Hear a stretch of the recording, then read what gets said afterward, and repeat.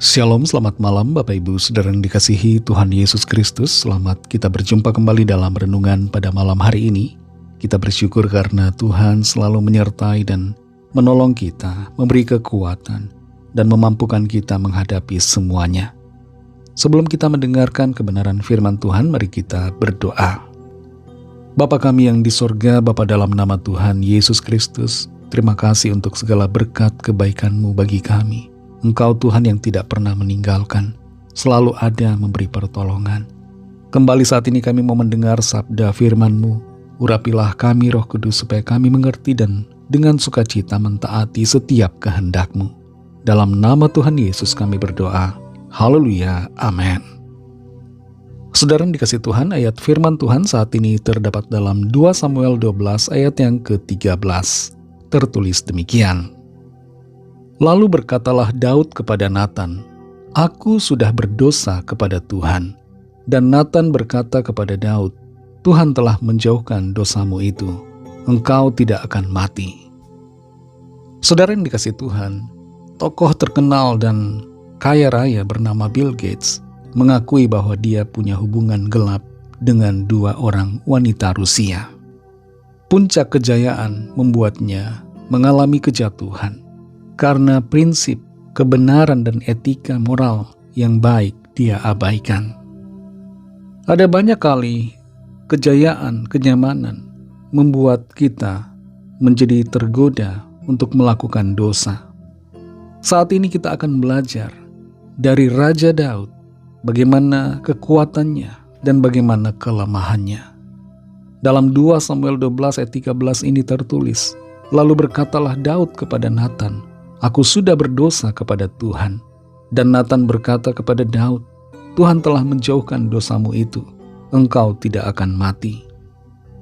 Saudara yang dikasih Tuhan, Nabi Natan datang kepada Daud, memberikan teguran firman Tuhan atas kesalahan yang sudah Daud lakukan. Daud sebenarnya adalah orang hebat, orang pilihan. Dia diurapi menjadi raja dan mengalami banyak pertolongan serta kemenangan oleh kuasa Tuhan. Ada banyak hal yang bisa kita pelajari dari Daud, tapi dalam kesempatan kali ini kita akan belajar beberapa hal saja berkaitan dengan kekuatan dan kelemahannya. Apa yang menjadi kekuatan Daud? Salah satunya adalah keberaniannya untuk melangkah dalam iman karena percaya akan pertolongan dan penyertaan Tuhan. Ketika semua orang mengalami ketakutan dan kegentaran untuk melawan Goliat, Daud justru maju. Walaupun dia berpostur kecil dibandingkan Goliat, namun dia percaya bahwa Tuhan akan menyertai dan memberikannya kemenangan. Daud juga adalah seorang penyembah. Dia menuliskan banyak mazmur. Kalau konteks di zaman sekarang, pemazmur Daud ibarat seorang pencipta lagu-lagu rohani yang sangat-sangat luar biasa. Salah seorang penulis lagu rohani di Indonesia yang terkenal telah mempublish 400 lagu rohani dan masih ada 1000 lagu rohani yang belum dia publikasikan. Daud adalah seorang penyembah Tuhan, pemusik, dan seorang pemimpin yang dekat dengan Tuhan. Dia punya persekutuan yang erat dengan Tuhan. Dan ini merupakan satu kekuatan dari Daud. Namun sayangnya, di balik semua itu Daud punya kelemahan. Kelemahannya terjadi ketika dia ada di puncak kejayaan. Ketika dia ada di zona nyaman, Daud menjadi lengah dan terjatuh ke dalam dosa perzinahan dengan Batsheba yang sebenarnya adalah istri Uria, salah satu panglima perang yang ia percaya. Daud kemudian memanipulasi keadaan dan membuat Uria mati di medan perang, sehingga Batsheba istri Uria dapat dia persunting menjadi salah satu istrinya.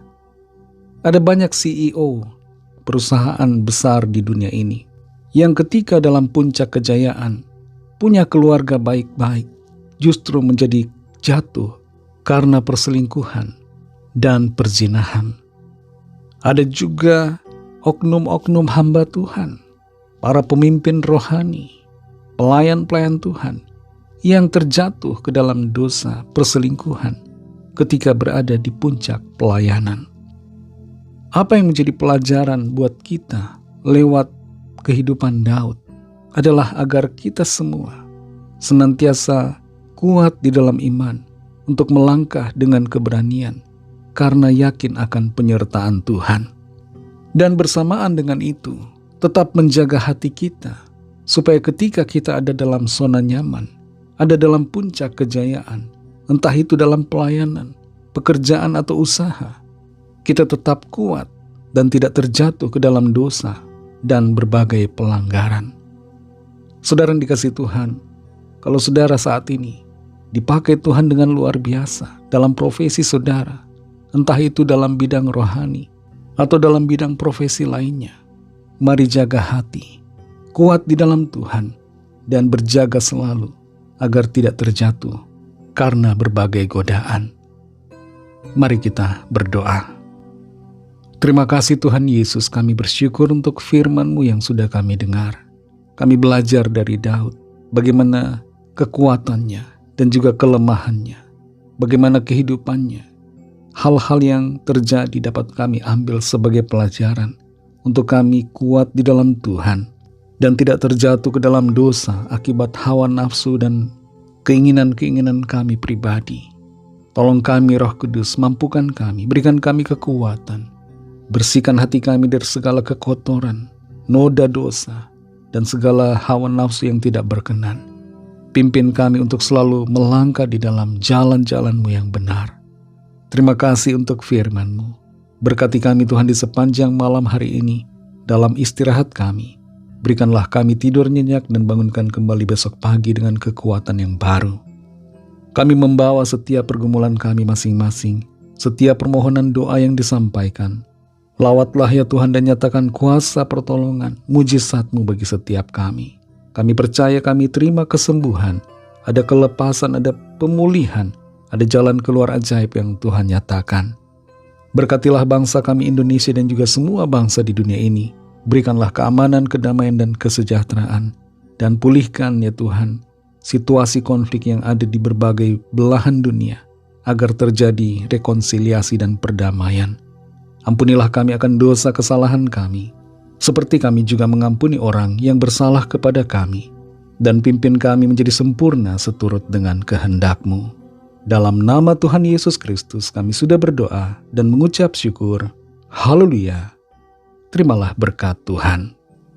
Tuhan memberkati engkau dan melindungi engkau. Tuhan menyinari engkau dengan wajah-Nya dan memberikan kasih karunia. Tuhan menghadapkan wajah-Nya kepadamu dan memberikan damai sejahtera. Berkat dan anugerah Allah Bapa, kasih karunia dari Tuhan Yesus Kristus, dalam persekutuan dengan Roh Kudus, menyertai saudara semua, sekarang ini dan sampai Maranatha Tuhan Yesus datang kembali, dan bahkan sampai selama-lamanya. Dalam berkat nama Tuhan Yesus Kristus, haleluya, amin. Puji Tuhan, saudara yang dikasihi Tuhan. Tuhan Yesus memberkati saudara semua. Selamat malam, selamat beristirahat, dan sampai jumpa dalam renungan yang berikutnya. Haleluya.